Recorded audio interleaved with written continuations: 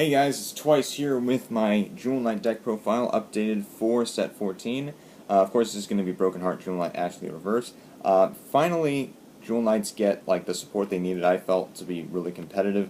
Because, of course, with set 10, we were given a 10k boss card, very disappointing break ride, and then no 10k vanilla. And then two of our cards that could have helped with that were locked in the Mega Trial deck, so they were pretty hard to get. But whatever, set 14 makes up for all of that, and makes this deck very competitive. So let's get right into it. My starter for this deck is Desire Jewel Knight Heloise. Really good card abilities that when she boosts, if you have 3 other rearguards with Jewel Knight in their card name, then she boosts for an extra +3. Super useful in that she can boost the Vanguard for an extra 8k, and Ashlei by herself will swing for +2, so she'll swing for 13. With this, it'll be 21, and then a cross-ridden Ashlei Reverse will be 21 as well. So yeah, just a very good Vanguard booster, for anything really, and she kind of makes up for what I felt like archetypes were missing in good 8k vanilla support, because obviously no 8k vanillas are part of an archetype. So yeah, just an overall really useful card. I know that Tiffany was also really good because she would help you fix columns with her +3, but this one I feel is more consistent, better for the Vanguard, and just overall really great card. So yeah, moving on to the triggers now. So thanks to set 14, Jewel Knight's got an entirely new set of triggers, though they kind of didn't need it because there's not really any special counter loss in this deck anymore, but still, I run 3, 4, 5, 6, 7, 8 Jewel Knight crits. Obviously pretty useful. Crits just help the deck maintain offense. I mean, this is a game where you win by putting your opponent at 6 damage, so any card that can help you do that is obviously going to be very helpful, and we have an excuse to run 8 crits. Might as well. Top of that, I run 4 draws, because best thing to damage is obviously a draw trigger. You get the +5, and then you get the draw for defense. And, you know, if I need cards in hand to just help replace rear guards, whatever, she can help do that.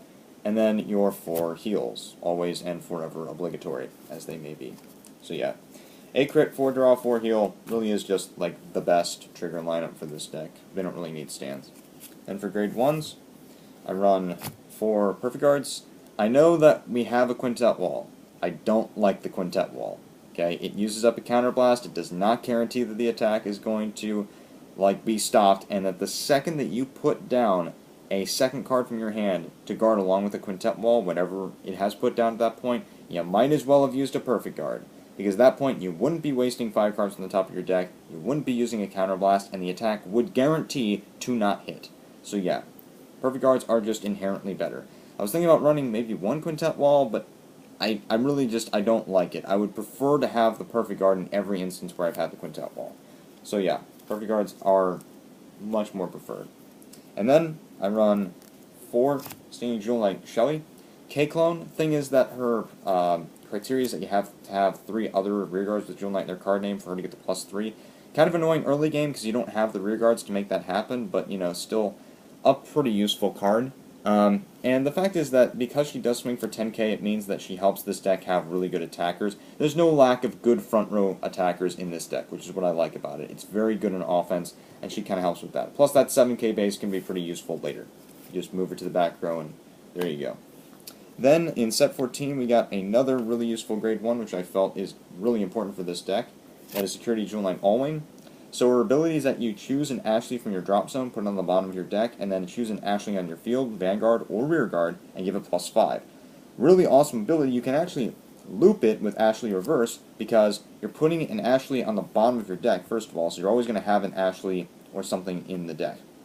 What Ashlei Reverse will let you do is call over an Ashlei that you already have on the Rearguard, use that one that's now in the drop zone for Alwain's ability, put it on the bottom of the deck, and then the new Ashlei that you get from Ashlei Reverse's ability is going to get +5. So it's as if you never locked a rearguard to begin with. It'll be swinging now for at least 16, so it can still hit an 11k Vanguard for, you know, a 10k guard. Anyway, yeah, just overall really good. Plus you can use the ability more than once per turn, so giving +10 to your field in general is super good, and it kind of helps filter out some grade 3s or whatever. Yeah, so just an overall super useful card. And her 6k base isn't really a problem, since she can make a 16k column with Shellie here, and she'll make a 18k column with Tracie, the 12k attacker, so yeah, definitely really like to have that card in the deck. 2 Prizmy, because drop and draw, you know, it's good for getting Ashlei's in the drop zone for Alwain's ability. And yeah, 7k base, always really helpful. What I can do is I can tutor her with Ashlei Reverse, and then just fix my hand, whatever, maybe start setting up some combos. Just a pretty useful card that is a Jewel Knight. So yeah, I like having that card in the deck. For grade 2s, for Fellowship Jewel Knight Tracie, 12k attacker, if you run an archetype, you want this card in the deck. You want cards like these in the deck because they are very helpful. She does have the 3 other rearguard criteria, but that's not really that difficult because mid to late game, you're pretty much always going to have a full field, because Jewel Knights are very good at keeping a full field.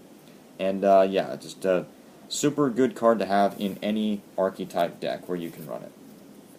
And then, I run 4 Banding Jewel Knight Miranda, card that came out in set 14.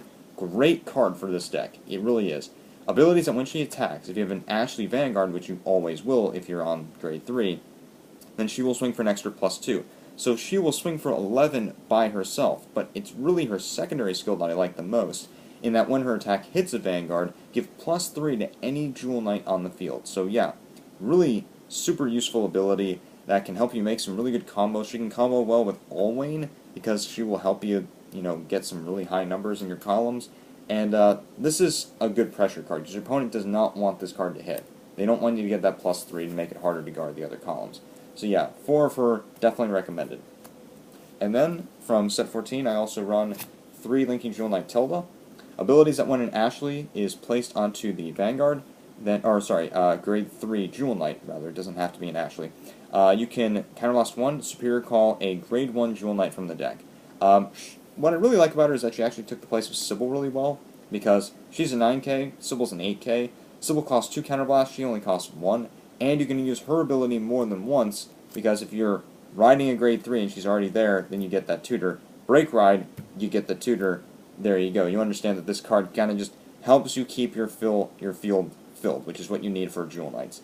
And yeah, just a cheap cost for a really useful skill. That's what I like about it.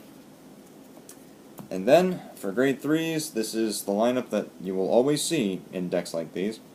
For Ashlei, Break Ride for Royal Paladin, kind of disappointing.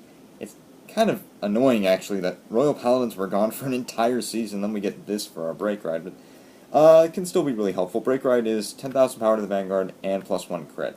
It's like, oh, wow, thanks. Die Kaiser lets me retire perfect cards and gives me +10k +1 crit.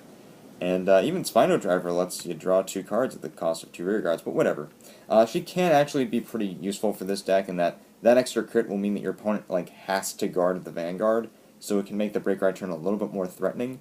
And she did combo well with Salome, because Salome would swing for 3 crit, and yeah, it can be a pretty useful Break Ride. And the fact that she does swing for +2 by herself whenever she attacks a Vanguard means that she will always make your opponent guard their cross rides, even when she's unboosted. So yeah, it's still a pretty useful card. But what made her really good is that in set 14 she got an amazing cross Break Ride. Broken Heart Jewel Knight Ashlei Reverse. An awesome new boss card for Jewel Knights. I love this card. First of all, she's a cross Break Ride. So on the turn that you Break Ride, you're also going to be at a 13k base. Helps out with the defense, makes the deck a lot more consistent. But her limit break is Counterblast 1, Lock a Jewel Knight Rearguard.